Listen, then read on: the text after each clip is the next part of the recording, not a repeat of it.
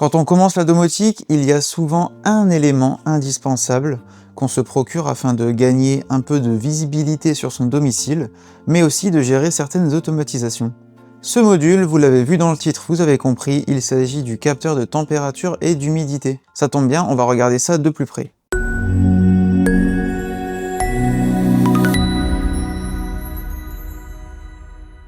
Bonjour à tous, c'est Emeric. Aujourd'hui, on va parler température, humidité et même un peu pression atmosphérique. C'est parti! Mais à quoi ça sert un capteur de température et d'humidité? Est-ce qu'il faut en avoir un dans chacune de ces pièces? La première réponse, c'est tout simplement pour savoir combien il fait dans mon salon. Grâce au capteur, on le sait. Mais si c'était la seule question, pas besoin d'avoir un capteur connecté. Combien il faisait cette nuit en moyenne? Quel est le pourcentage d'humidité dans ma salle de bain? Voilà des questions auxquelles vous pourrez répondre grâce à un capteur de température et d'humidité connecté. Vous pourrez voir ces informations depuis Home Assistant. L'avantage de mettre ce capteur dans Home Assistant, c'est de pouvoir le connecter avec tous vos autres objets connectés. Admettons que vos chauffages soient aussi connectés, par exemple avec le module que je vous avais présenté dans une précédente vidéo. Dans ce cas-là, c'est gagné. Vous pourrez facilement décider de chauffer la pièce jusqu'à atteindre une certaine température. Pour l'humidité maintenant, par exemple chez moi, j'ai créé une automatisation qui met la VMC en mode boost lorsque le taux d'humidité devient trop important. Et elle se remet en mode normal dès que le taux redevient acceptable. Certains capteurs remontent également la pression atmosphérique, mais pour le coup je n'ai pas trouvé d'utilisation pour le moment. Si vous en avez, n'hésitez pas à me le dire en commentaire. Maintenant qu'on a la théorie, passons à la pratique.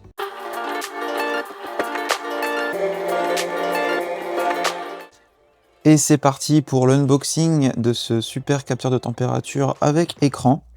Donc c'est Domadou qui me l'a envoyé. Oula, c'est Domadou qui m'a envoyé ce produit, donc je les remercie. C'est donc le SNZB02D. Donc c'est parti, on va ouvrir ça tout de suite. Voilà, donc c'est assez gros quand même, j'ai l'impression. À l'intérieur, on retrouve, voilà, c'est vide. Hop, on retrouve la notice et le capteur du coup avec écran. Et avec un petit 3M qui est déjà dessus, donc plutôt pas mal. On retrouve l'écran, ils ont mis un petit film dessus. Ici, je vois que ça s'ouvre comme ça. Ok, donc ça c'est le petit système pour... Oh, c'est aimanté, excellent. Donc petit système pour l'ouvrir. Ici, on a un petit clapet comme ça, un peu pour le poser. Donc plutôt bien pensé. Et du coup, moi, je trouve ça vraiment... Rien que là, je ne l'ai pas encore allumé, je trouve ça cool que ce soit aimanté comme ça. Parce que ça, on peut l'accrocher au mur. Et quand on veut changer la pile, on a juste à le retirer, quoi. Donc déjà, ça c'est un très bon point pour le produit. Qu'est-ce qu'on retrouve d'autre dans la notice? Qu'est-ce qu'ils nous disent?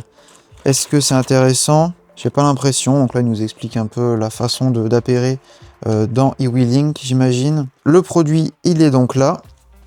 Ici, on a le petit papier pour venir l'appairer, j'imagine. Enfin, en tout cas, pour libérer la pile. Donc c'est parti. C'est parti, on va enlever ce petit papier. Hop là. Ce truc là c'est un peu ouvert. Et donc là il fait 18 degrés, 8 dans mon bureau. Bon là j'ai un peu ouvert ça, voilà. Donc 18,8, 52% d'humidité. Pas mal, on retrouve ici le niveau de la batterie, donc ça c'est plutôt sympa. J'aimerais bien venir l'appairer, par contre j'imagine qu'il faut appuyer sur ce bouton. Et ça c'est le problème quand on ne lit pas les notices. Je vais tenter 2-3 trucs, mais si je vois qu'il se passe rien, je vais lire la notice. Ah non, voilà, c'est bon. Donc voilà, le module vient de s'appairer dans Zigbee to MQTT. Donc c'est bien pour faire la suite de la vidéo. En attendant, moi je voulais voir le niveau de la pile ici. Donc voilà, c'est une CR2450. Voilà.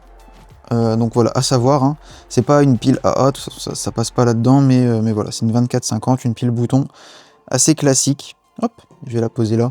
Avant d'aller voir un peu plus près dans Zigbee to MQTT et voir les états remontés, ça c'est ce que j'utilisais auparavant. Donc c'est un capteur de température, d'humidité et de pression atmosphérique de chez Aqara. Donc vraiment, si je mets les deux à côté, voilà, il n'y a pas photo, il est vraiment plus petit. Mais je vais les laisser un peu comme ça, tous les deux à côté, pour voir s'il y a une différence de température. Et histoire d'être sûr, j'ai aussi un vrai thermomètre au mercure. Donc comme ça, on va pouvoir voir quelle est la réalité. Et donc du coup, ça, on verra ça en fin de vidéo, bien sûr, parce que je vais attendre un petit peu le temps que les températures se stabilisent.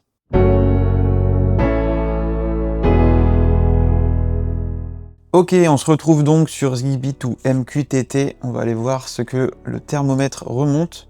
Donc du coup, il est apparu juste là. Alors, on a bien un SNZB02D.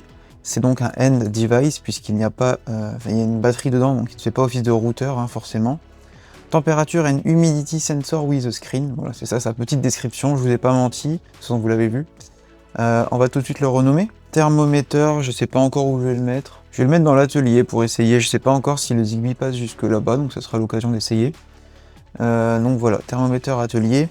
Qu'est-ce qu'il expose du coup? La température, l'humidité, la batterie. On peut pas faire plus simple. C'est exactement les trois mêmes informations qui sont sur l'écran. Donc pour le coup, rien à dire, on n'a pas d'autres infos. On n'a pas de pression atmosphérique comme le fait le Aqara. De toute façon, je vois pas trop l'utilité, mais en tout cas, voilà, on l'a pas. En termes de paramètres spécifiques, vous pouvez ici gérer la température calibration ainsi que l'humidité. Et pareil pour la précision. Vous pouvez changer la précision par défaut. On peut seulement décélérer, réduire, pardon, la précision. On peut pas l'augmenter apparemment.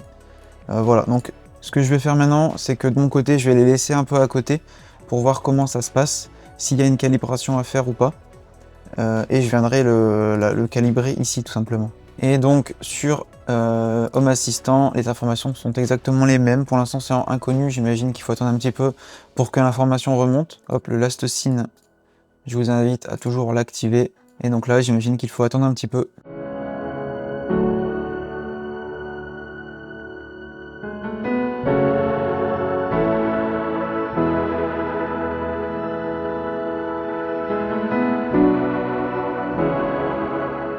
Et voilà, vous savez maintenant tout sur les capteurs de température et d'humidité connectés. Si les produits présentés dans cette vidéo vous intéressent, je vous mets des liens en description, ce sont des liens affiliés. Cela signifie que je percevrai une petite commission sur chaque achat via ce genre de lien. Merci beaucoup à ceux qui y pensent, ça soutient la chaîne. J'en profite aussi pour vous indiquer que sur le Discord A-Labs, on a mis en place une section forum produits afin de faire des retours d'expérience sur les différents modules. Par exemple, le produit que je viens de vous présenter aujourd'hui, on a déjà d'autres utilisateurs qui en sont satisfaits, donc c'est plutôt cool de voir ces retours-là. Je vous invite donc à rejoindre le Discord si vous cherchez des avis sur certains produits avant de les acheter. C'est tout pour moi, si la vidéo vous a plu, n'hésitez pas à laisser votre meilleur pouce, vous connaissez la chanson maintenant. Moi je vous dis à la prochaine, c'était Emric, salut!